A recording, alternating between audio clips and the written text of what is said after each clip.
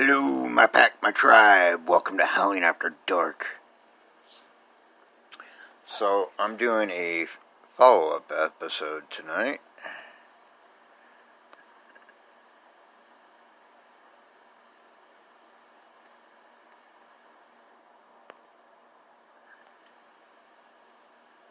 Hold on one sec. I am sending links for this podcast to some friends of mine. Take just a second.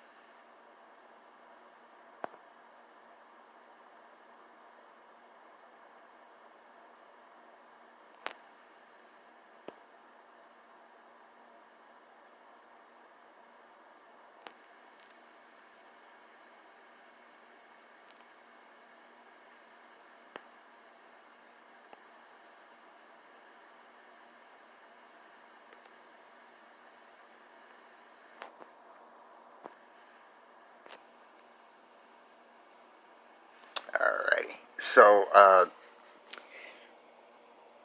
I'm doing a follow-up, kind of, to an episode I did, like, a while back. You can't find it on Spreaker anymore because it's been deleted. I'm only allowed so much space on there, but, and by the way, I've been meaning to bring this up for quite a while now. You can also listen to my podcast on YouTube. I have a YouTube channel called Howling After Dark that saves all my Howling After Dark episodes going back years, apparently. So you can actually listen to the, any of the old episodes or even the episode I'm kind of talking about tonight. So let's get into it. Years ago now, I did an episode called Investigations, and you feel free to look it up if you want, where I was kind of responding to an article I read by another team called Maslin Paranormal Society, I believe it was.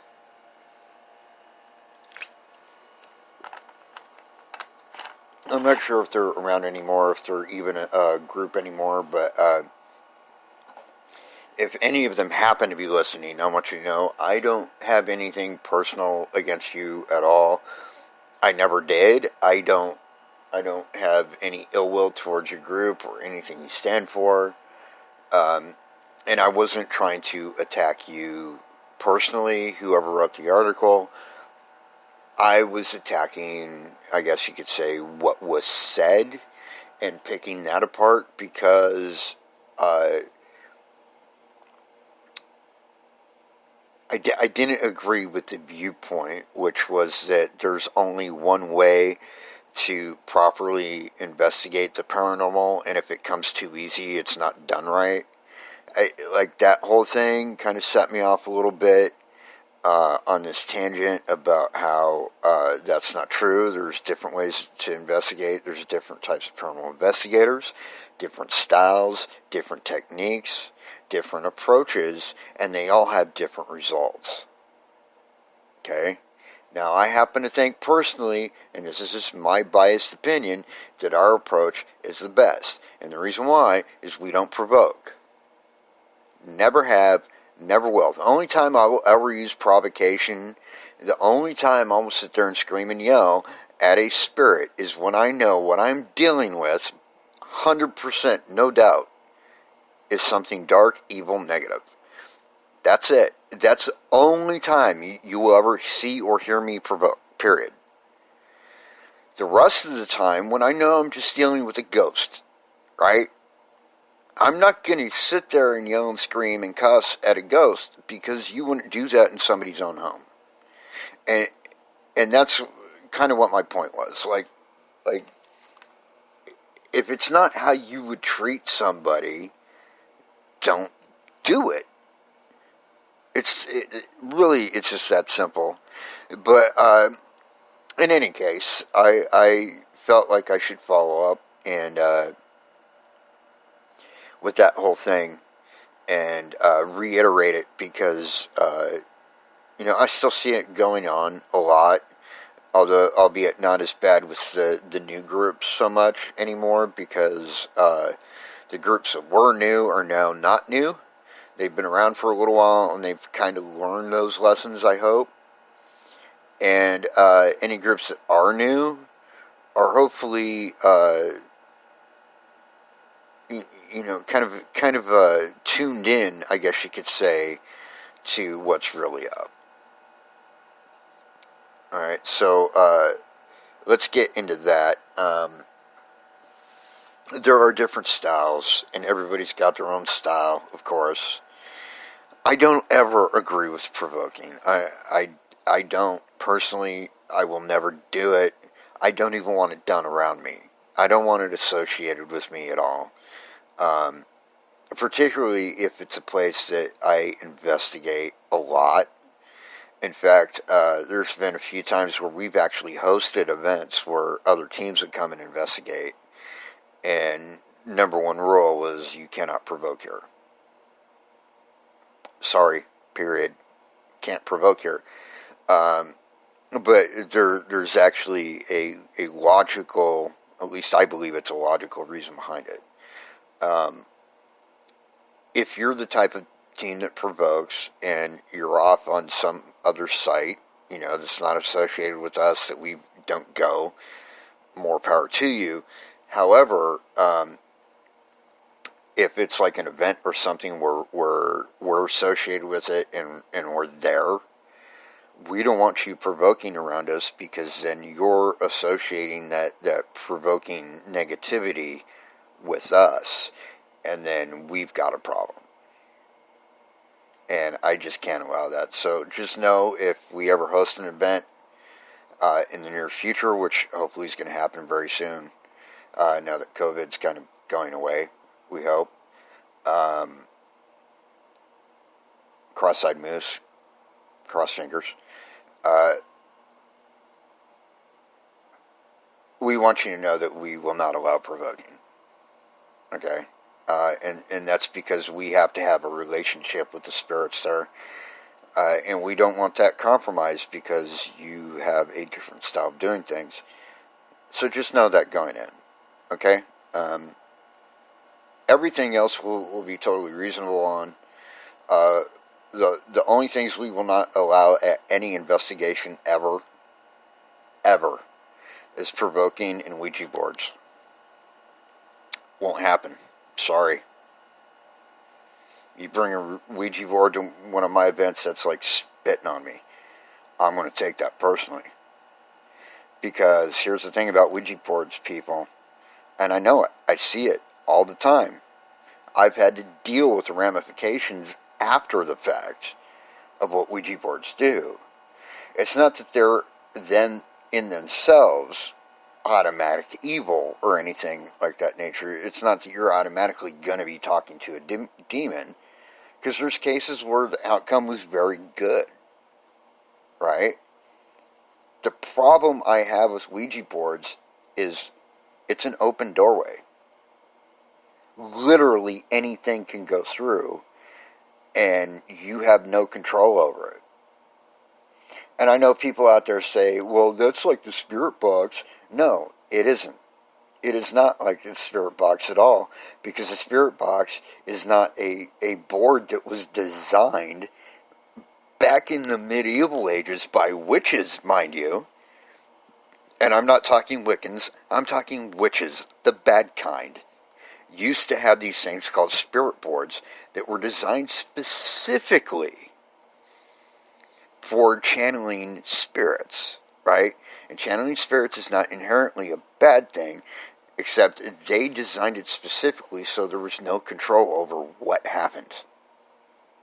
Anything could come through. It was specifically designed that way, okay? So because you cannot control what comes through, you cannot control what happens. And I'm not saying that in any paranormal investigation you can necessarily control what happens, but the difference between a Ouija board and a spirit box is I can turn a spirit box off.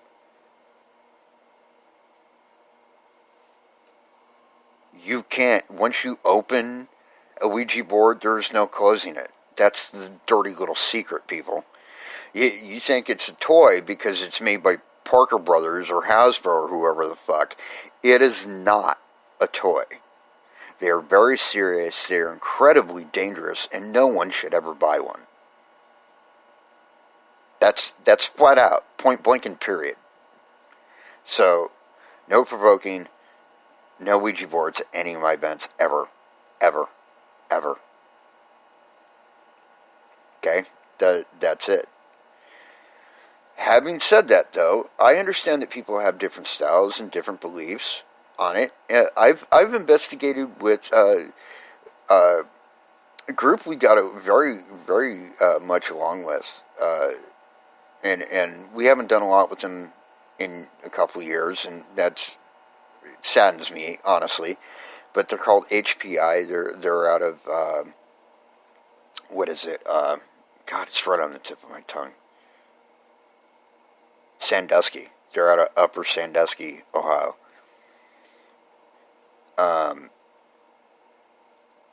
Really great group, awesome investigators, but they have a demonologist on their team, and I don't agree with demonologists. And it's not that they're not good people or anything of that nature. They're very nice people, most of them. It's just the fact that their whole viewpoint is that if it's something spiritual and it's talking to you, then it's a demon. And I don't agree with that. I will not paint everything with the same brush ever, because I've seen too much and I know too much to ever agree with that viewpoint. I'm sorry. I'm sorry. I understand you come from Christian beliefs, and it says in the Bible, yada, yada, yada. That's great. I'm happy for you, but not everybody thinks that way. And I'm not bad mouthing what you believe at all. What you believe is what you believe. That's great. But I don't agree with that whole viewpoint that, well, it's all evil. If it's a shadow figure, it's evil. If it's an apparition, it's evil. It's not all evil. It's not all some demonic thing. Some of them are just people like you and I. A lot of them, in fact. In my more than 30 years of experience at this point, and keep in mind, like, I've done some hardcore investigating in my lifetime now.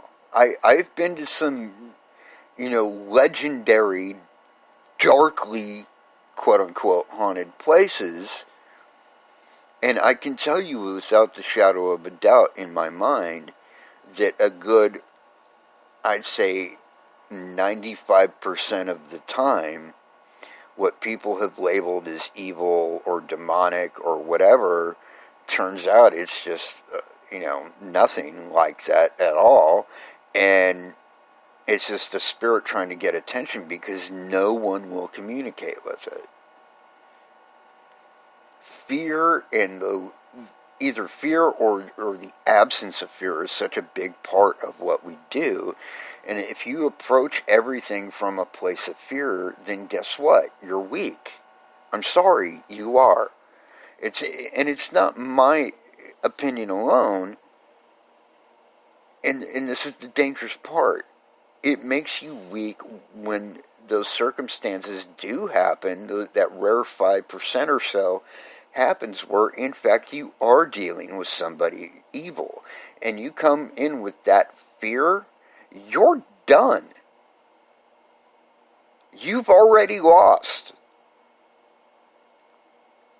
And I've described on other shows and stuff the fact that I'm a practicing medicine man. I've done nearly 500 house cleansing rituals to date and never once had to do a return visit.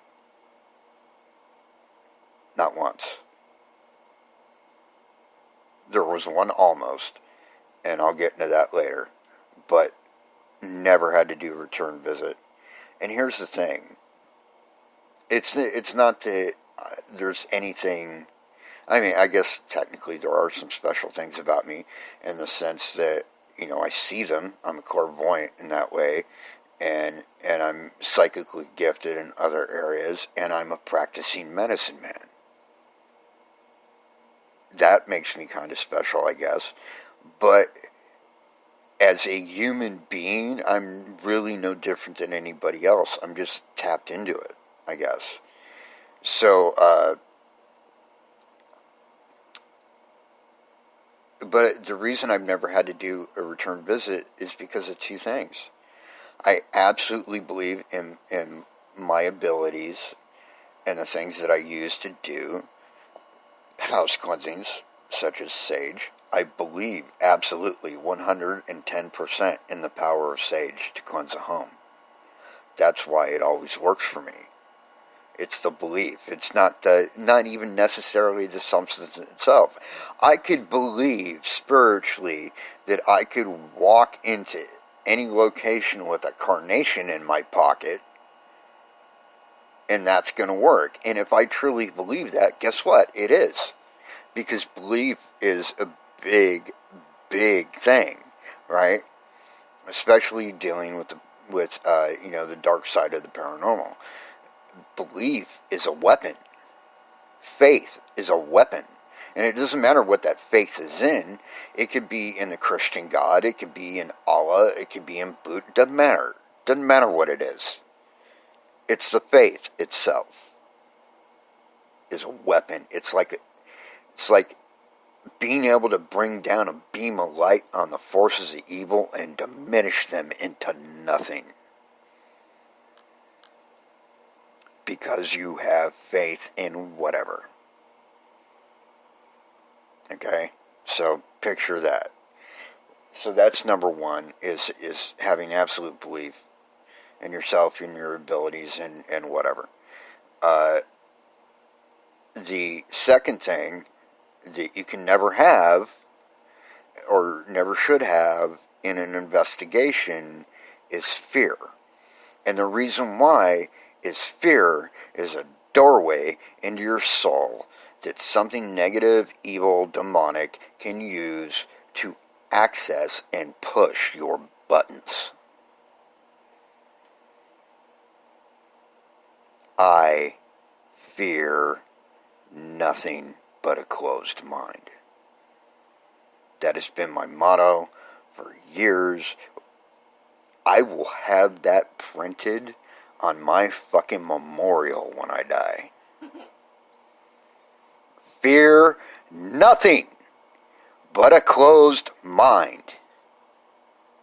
Okay? That's not saying fear skeptics, because skeptics are different, and I want to iterate this point because people get this fucking wrong all the time. A skeptic isn't closed-minded. They're either ignorant of what's going on, and they have never experienced it before, or they simply want evidence to prove it to themselves. And it's those kind of skeptics that have actually driven the science behind paranormal investigating. They are the main reason we do what we do. So I will always have a warm spot for skeptics. I don't agree with that viewpoint most of the time because I am a total believer personally, but I also see them, so I have that benefit. But closed-minded people piss me the fuck off, because you could have the best evidence ever captured on film or on audio and show it to them, and they will find some way not to fucking believe it. That drives me insane. It's like, look, fucktard, if you honestly believe that it was weather balloons or swamp gas, then you're too fucking dumb to even breathe my air. I'm sorry. There it is. If you honestly believe for a second in any of those old bullshit excuses, you don't deserve to breathe my air. You don't. I'm sorry. You don't. Because all you're doing is dragging everybody else down. That is your only fucking function, as far as I can tell, is to drag the rest of the fucking world down with you. When you come from that fucking mindset, you're a fucking moron. Flat out. When there is so much evidence stacked up over fucking years and you're still sitting there going, well, it was swamp gas. No, fucker, it wasn't. It was not swamp gas. Guess what it was? Something unexplainable. And you know why I say it was unexplainable? Because I don't have enough data to prove it one way or the other. But I'm choosing, as a rational, logical fucking human being, to keep an open mind. Instead of buying into some fucking bullshit excuse, which quite frankly, at the time, back in the 1940s, 1950s, was so fucking laughable that Every news agency in the entire fucking country commented on that fact. How fucking stupid that was. Especially when his fucking story changed. Not once, not twice, but 3 fucking times. And you're buying into that bullshit because you're a fucking moron. That's what closed-minded means. It means that you're so closed-minded that you cannot see the truth, no matter how it's presented to you. That is the definition of a fucking moron, of an idiot, of a fool. So no, closed-minded people, I don't fucking like you, and I'll hope you die in horrible ways. That's the honest fucking truth, because all you do is keep the rest of us from seeing the truth. All you do is throw a fucking cloud over fucking everything so the rest of the world can't see clearly. That is your only fucking function. Basically, you're the fucking yes man, you fucking tools.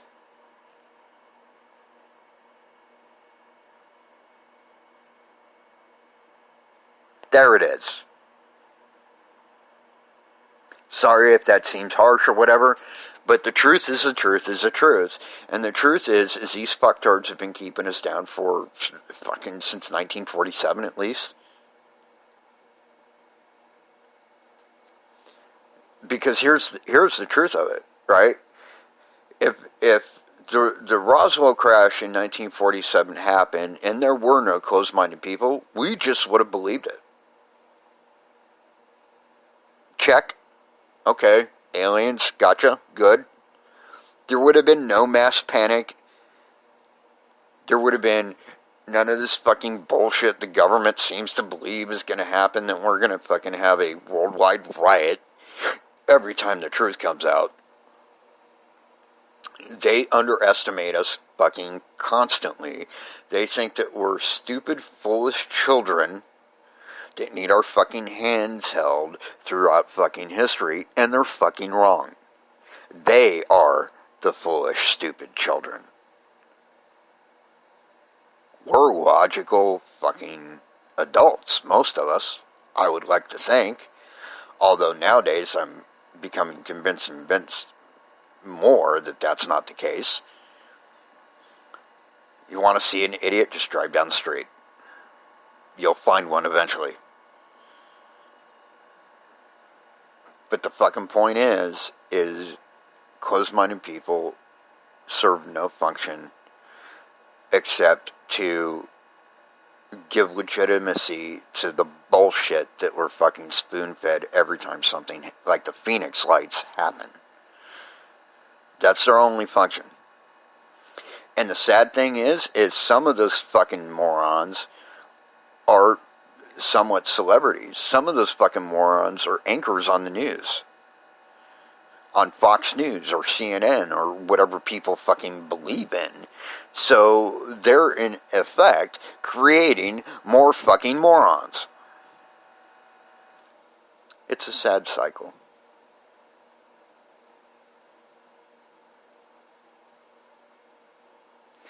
But to go back to my whole point, which was about investigations, Maslin Paranormal was right, in a way, about something that I did not really illuminate, if you will, in that previous episode, and that's that we have to be careful.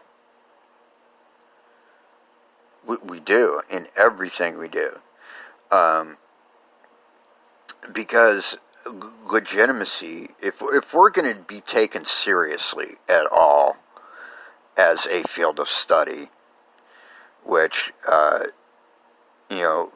think will eventually happen. I don't know if it will happen in my lifetime, but I think it will eventually happen. But in order for that to happen, we need to be careful about what we do. Right? And I think we need to accept our differences and be open-minded. And I think there's too many closed-minded people now. Not just out in the rest of the world, but within the paranormal community too. There's people that are closed-minded about shit that drives me fucking insane. Like I don't remember her fucking name.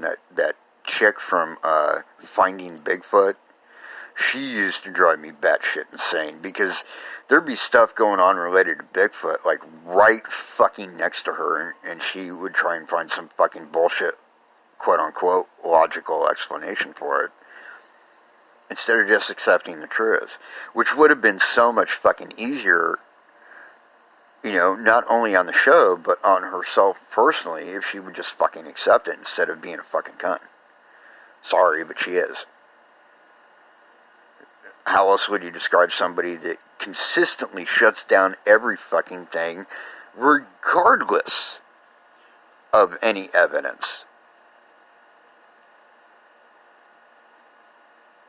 I'm not saying every knock in the woods is fucking legitimate, but it's probably more towards legitimate if you can find other stuff to back it up. If you hear knocking, go towards the direction of the fucking knocking and find Bigfoot footprints. Well, that's a pretty good indicator. If you also find fucking strange hair, ta-da, trifecta. But that doesn't happen because she would rather be a useless cunt. That's just my opinion.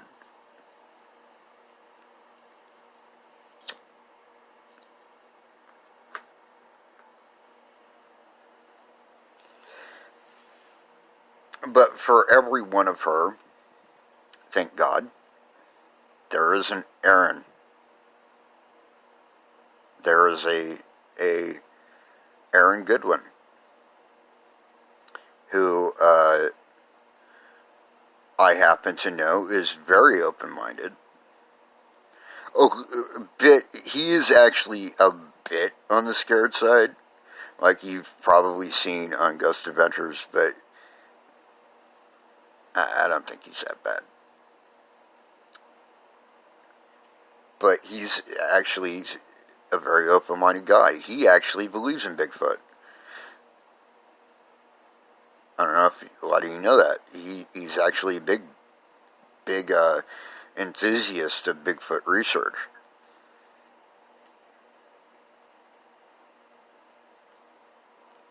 And see, that's what I'm talking about. You need to be open-minded to stuff.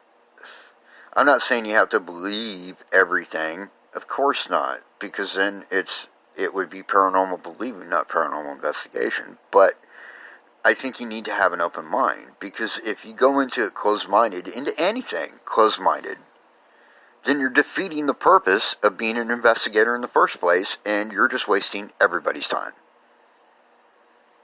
And I'm not saying being an absolute believer either, by the way, because I am a believer, okay? I'm a believer because I see them, but I also follow scientific method, which means, yes, I see you. I want some other stuff to back up what I'm seeing. Okay? And there's nothing wrong with doing both. All I'm trying to say is be careful. Okay? You can't be too open-minded, but you can't be closed-minded either, because it defeats the purpose. Either way you go, it defeats the purpose. You've got to maintain a good, solid middle ground, regardless of your personal beliefs. Like, I am a total believer. Like I said, I can see them, so I know they're fucking real. I know they're real. Like there's no convincing here. I know they're real. I can describe them to you. When I see them, I can describe them. I've blown people's minds fucking away before, describing to them the spirits of fucking long-lost relatives. Down to the color of their fucking clothes. Okay? However, just because I see said dead relative doesn't mean that I don't want EVP or video footage or something else to back up what I'm seeing. In fact, what I really want is, ta-da, the trifecta, which is 3 pieces of evidence all interconnected, proving that what my eyes are seeing, what my body is feeling, whatever that I'm experiencing in that moment is in fact taking place. Scientific method. So, I guess that's my only message, is don't be a closed-minded cunt. Don't be an open-minded fool, either. Maintain that middle ground. That's a perfect place to be as an investigator.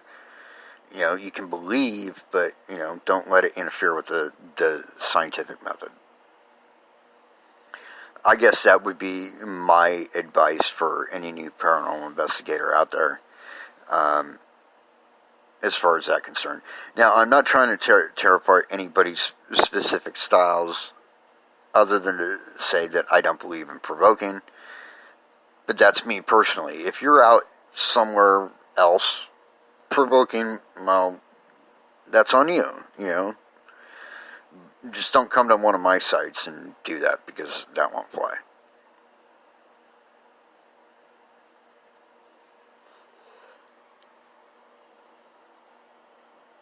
So,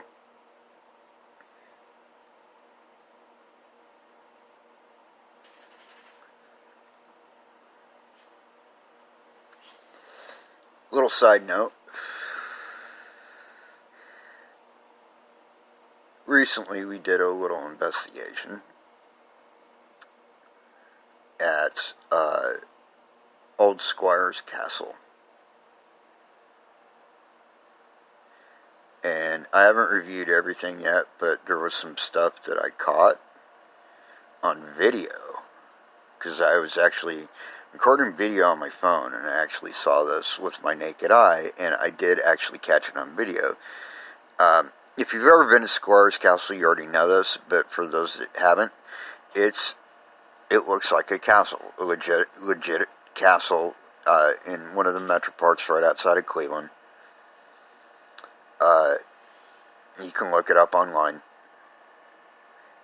And but you go inside the thing, and there was a second floor and I believe like a third floor in part that are no longer there. So like you go inside and you're looking up at the sky, basically. So on video, what I caught was, and I'll be posting this on YouTube here eventually, I actually caught a shadow figure in this upstairs window where there was no floor, moving past this window frame, like really quickly, like it didn't want to be seen. So I will be posting that footage on YouTube. I'm going to put it together as an episode of Forgotten Haunts.